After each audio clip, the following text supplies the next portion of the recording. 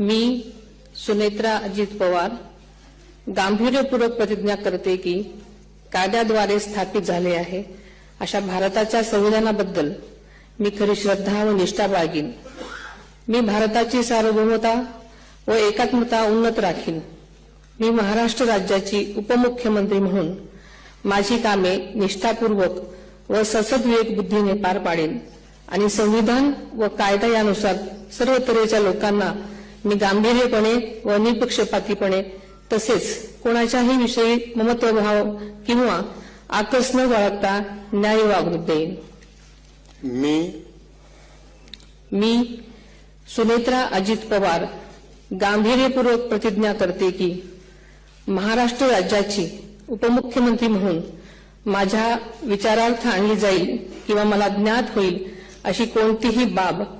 अशी उपमुख्यमंत्री म्हणून माझी कामे यथायोग्य पार पाडण्यासाठी